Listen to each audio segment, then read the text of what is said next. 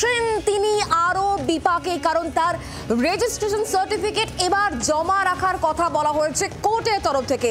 গতকালই আপনারা জানেন যে শান্তনু সেন তাকে রাজ্য মেডিকেল কাউন্সিলের তরফ থেকে আপাততভাবে 2 বছরের জন্য তার রেজিস্ট্রেশন বাতিল করা হয়েছে। আর এরপরই হাইকোর্টে দ্বারস্থ হন শান্তনু সেন, আর এবার হাইকোর্টের তরফ থেকে নির্দেশ দেওয়া হলো তার রেজিস্ট্রেশন সার্টিফিকেট আপাতত জমা রাখার নির্দেশ দেওয়া হলো। আরও বিপাকে এই মুহূর্তে চিকিৎসক শান্তনু সেন। রেজিস্ট্রেশন সার্টিফিকেট জমা দিতে নির্দেশ। গতকালই শান্তনু সেনের রেজিস্ট্রেশন বাতিল করা হয় 2 বছরের জন্য। আজ সার্টিফিকেট জমা দিতে নির্দেশ কাউন্সিলে। আজ হাইকোর্টে দ্বারস্থ হয়েছিলেন শান্তনু সেন।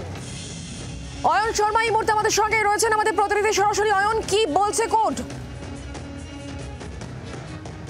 দেখো, তোমাকে এখন বলে রাখি যে হাইকোর্টের তরফ থেকে কিন্তু আলাদা ডিসিশন আসবে, কিন্তু এক্ষেত্রে দাঁড়িয়ে রাজ্য মেডিকেল কাউন্সিলের তরফ থেকে গতকাল যে নির্দেশ দেওয়া হয়েছিল শুক্লা, তোমাকে বলে রাখি গতকাল বলা হয়েছিল যে এফআরসিপি যে গ্লাসগো ডিগ্রি, সেই ডিগ্রি যেমন একেবারে বলা যায় যে একেবারে ভুল ডিগ্রি তিনি ব্যবহার করেছেন, ফেলোশিপ ডিগ্রি ব্যবহার করেছেন, তার জন্য তার যে রেজিস্ট্রেশন, ডাক্তারি যে রেজিস্ট্রেশন 2 বছরের জন্য সাসপেন্ড করা হয়েছে। 5 বছরের জন্য সর্বসম্মতভাবে চাওয়া হয়েছিল, কিন্তু শেষ পর্যন্ত 2 বছরের জন্য সাসপেন্ড করা হয় তার ডিগ্রি। গতকাল থেকে তিনি আর চিকিৎসক নন একথা সাফ তার অর্ডার কপিতে লেখা ছিল, কিন্তু এবার রাজ্যের মেডিকেল কাউন্সিলের তরফ থেকে আজকে ফের তাকে চিঠি দেওয়া হলো। সেই চিঠিতে উল্লেখ করা হয়েছে যে বিষয়টি তার যে রেজিস্ট্রেশন সার্টিফিকেট, যে সেই রেজিস্ট্রেশন সার্টিফিকেট অরিজিনাল কপি জমা রাখতে হবে রাজ্য মেডিকেল কাউন্সিলে।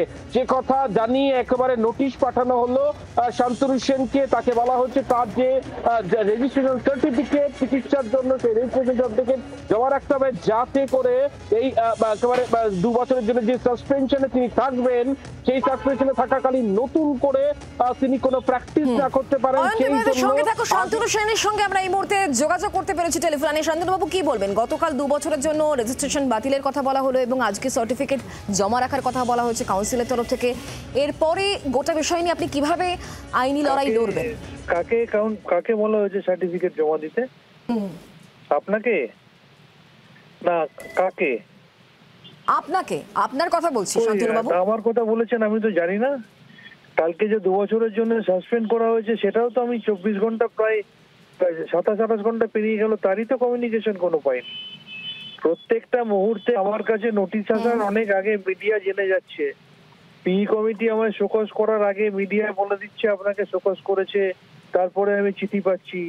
মিডিয়া বলে দিচ্ছে আপনাকে চার্জশিট দিয়েছে, তারপরে আমি চার্জশিট পাচ্ছি। মিডিয়া বলে দিচ্ছে আপনাকে হিয়ারিং এ ডাকবে, তারপর আমাকে হিয়ারিং এ ডাকছে। কালকে আমি দেখলাম সম্পূর্ণ অনৈতিকভাবে আনএথিক্যালি সুদীপ্ত রায় মহাশয়, যিনি ওয়েস্ট বেঙ্গল মেডিকেল কাউন্সিলের প্রেসিডেন্ট, যিনি কালকে হিয়ারিং দিলেন, তিনি নিজে হিয়ারিং এর সিদ্ধান্ত কনসার্ন পারসন আমাকে না জানিয়ে আনএথিক্যালি ইললিগালি তিনি মিডিয়াকে জানিয়ে দিলেন। এর থেকে আনএথিক্যাল কাজ, অনৈতিক কাজ আর কি হতে পারে? এবং এখনো পর্যন্ত আমি বলছি 27-28 ঘন্টা পেরিয়ে গেছে হিয়ারিং এর পরে, এখন অবধি আমার কাছে কোনো অফিসিয়াল কমিউনিকেশন নেই, না কোনো ইমেল, না কোনো চিঠি, না কোনো হোয়াটসঅ্যাপ, না কোনো মেসেজ। রাদার আমি বরঞ্চ আজকে মেডিকেল কাউন্সিলকে মেল করেছি, রেজিস্ট্রারকে মেল করেছি, কপি করেছি প্রেসিডেন্টকে, যে এরকম ভাবে আনএথিক্যাল কাজ করা হচ্ছে কেন, আমি এখনো কোনো খবর পাইনি, কিন্তু আমার নামে মিডিয়াকে বলে দিয়ে আমাকে সামাজিকভাবে সম্মানহানি করা হচ্ছে কেন? আমি এই মুহূর্তে পর্যন্ত কোনো রকম ভাবে কোনো কিছু কমিউনিকেটেড হয়নি।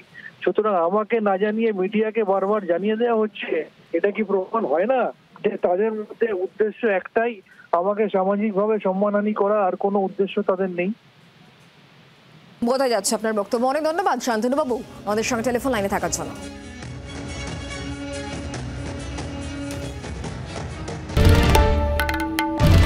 বাংলার আওয়াজ, বাঙালির আবেগ, জি 24 ঘন্টা।